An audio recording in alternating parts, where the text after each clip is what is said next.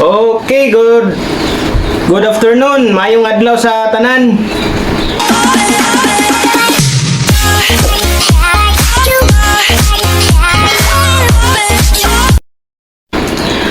Karon atong hisgutan ang septic tank mga igsoon, no? Kung unsa gini ka importante sa atong panimalay. Kini nga video tutorial maghatag kaninyo og idea kung unsa bagid ang angay kadakoon niini o ang design atong hisgutan maigsoon o unsa gid ka dako or pila bay magasto niini kung ato kining ipatukod. Okay? So guys, mao na ang sample diagram nato, no, sa atong septic tank. So una ato sang i-define kung unsa ang septic tank. Septic tank is a receptacle or vault used to collect organic waste discharge from the house sewer. The main function of a septic tank is to liquefy and precipitate solid waste, purifying odorous materials. Okay, and then sludge ang iyahang definition, the solids that collect at the bottom. So mo ni siyang mulugdang guys sa tunghugaw, no? The scum, the set of substances in a septic tank which are higher than water. So mosad ni ang part sa hugaw nga mulutaw. And then digestion, both scum and the sludge are processed by anaerobic bacteria and transforming them into liquid and gases. So mo nang gatawagon din nato siya og digestive chamber. Okay? And then septic is sewage that turns dark and smell unpleasantly due to anaerobic decomposition. So ang tawag ana guys kung itom na gid siya time mo na gitawag nga septic. So mo nang tawagon din nato siya ang septic tank.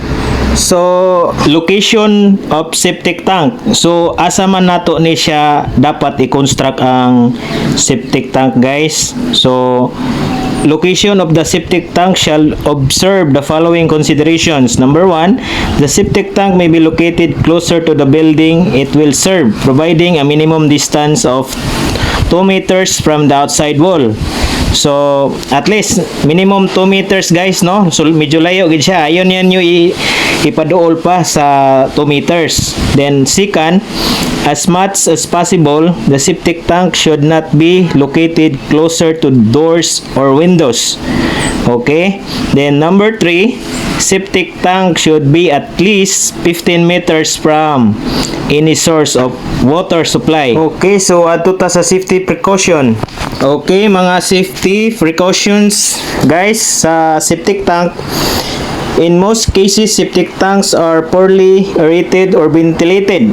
It lacks free oxygen. Under this condition, an individual entering into a septic tank for making repairs or cleaning purposes may meet almost instant death. So guys, ato ning take note, no? So risky gyapon ang ato gini i-take note sa atong mga tao diha nga delikado gyud, no, kung modritso ta og repair sa atong septic kung wala tay kasinatian pa, no. So septic tank may contain harmful and dangerous gases. So ato ipakita guys kung mga sample nga gases. So makita ninyo dinhi guys, no, nga natay 6 ka gases nga makita nato sa septic tank, no. So number 1 mo na siyang methane gas, number 2 carbon dioxide, number 3 carbon monoxide, and then number 4 hydrogen, 5 hydrogen sulfide, number 6 sulfur dioxide. So ato ning importante guys nga ma-take note nya ang atong paningkamutan guys nga kanang atong plumbing insulation diha sa paingon sa septic tank nga it should be properly ventilated, no? So dapat mangonsulta kita guys sa atong mga master plumber ani ha. Pag-design gyud sa atong septic tank according ni sa atong balaod guys nga Republic Act 1378.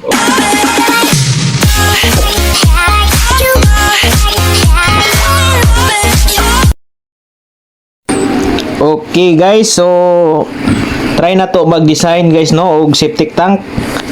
So far guys, ang sizing ang pag-design sa septic tank gaingon dire so far there is no mathematic formula ever formulated to arrive in determining a definite size of a septic tank. Okay? However, sanitary authorities agreed in principles that okay ato lang nitiman aning 1 ug 2 guys no. So number 1, for a family of 6 persons, the minimum tank capacity should be approximately 1.3 cubic meters with a minimum size of 90 centimeters wide by 150 centimeters long and 120 centimeters depth. So ako lang ning elaborate unya guys no sa akong pag-design. And then number 2, a very large tank. So mo na ato i-take note guys no. A very large tank is not advisable. Okay? Because the bacterial activities would be retarded. The size of the tank is proportionally based on the number of persons, take note guys ha, expected to serve. Okay, in other words, the volume of the tank has a rational proportion with the volume of incoming waste for bacterial activities to be in favorable condition. Okay, so klaro kayo guys no. So ato lang nang i-take note nga di ay gyud advisable nga maghimo kag dako kayo nga septic tank. So ako ipakita karon kung unsa ang pag-design og mabutang accurate nga or basis nato sa pag-design sa unsay sakto nga sizing sa septic tank. Okay?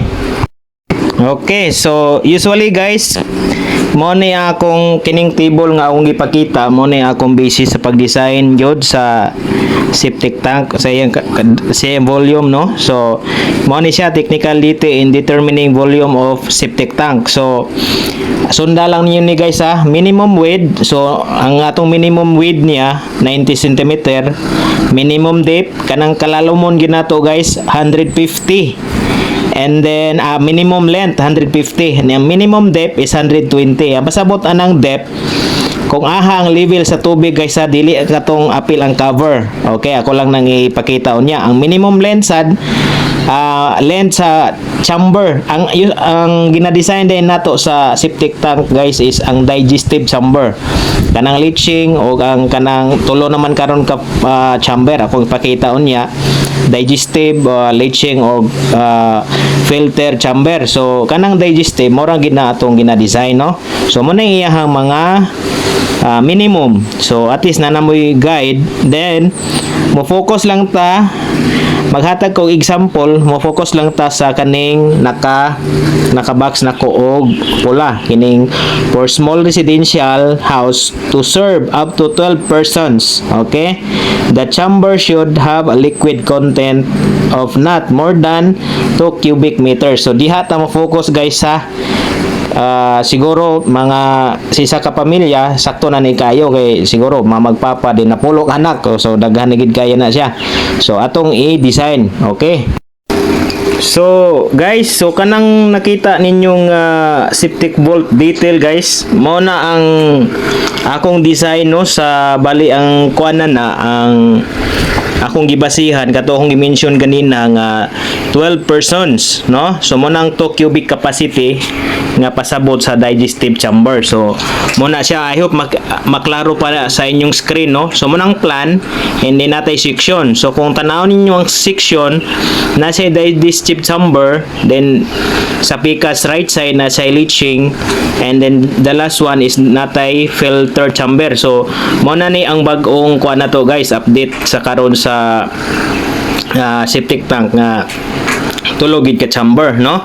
So giun sana nakukuha, so nag-assume ko og width niya, ang width na to nga minimum guys is 90 cm man. So akong gibuhat is ang width na ko gi-assume is 1.2 meters para divisible sa hollow block.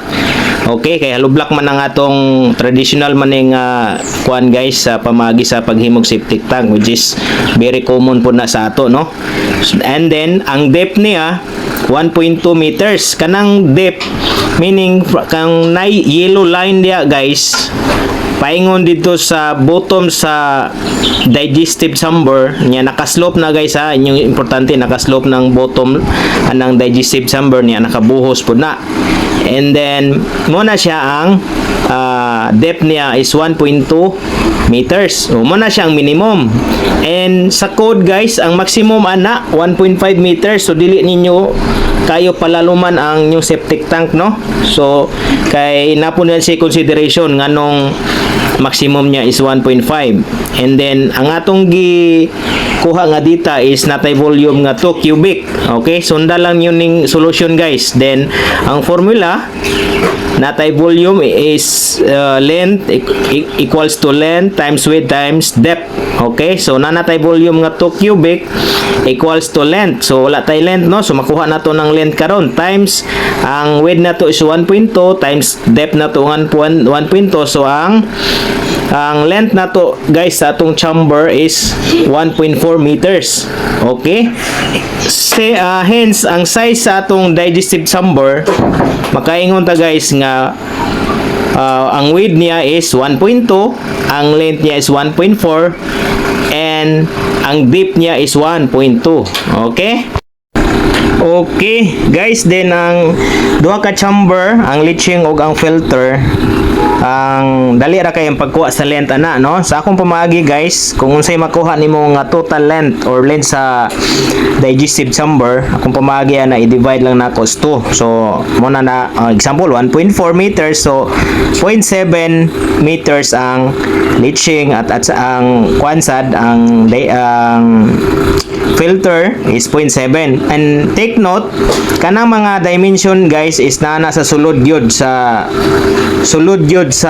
ang dimension na sulod gyud sa box, dili sa gawas. Okay, para makuha ginato ang volume. And then ang digestive chamber, akong i-remind, naka-plaster na siya, nakabuhos na sa ilalom, naka-slope. And then ang kanang duha ka chamber, pwede na siya butangan ninyo sa mga aggregates lang pang filtering purposes sa mana guys. Okay?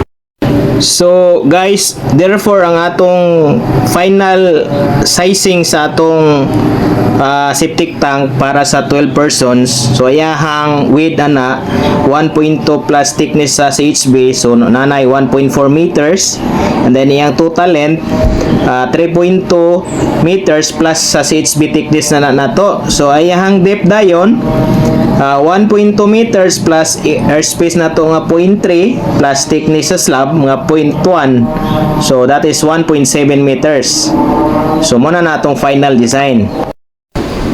So akong gi-estimate guys katong atong final na design sa septic tank nga ang capacity ato is mokater siya 12 person, no? So by the way, ang mga unit cost na ko ani guys, nakadepende niyo kung asan niyo itukod. So mag-change pa ni, magbari pa ni siya kung asan niyo itukod gud ang project, kay posible magmahal pod ang materialis din ha.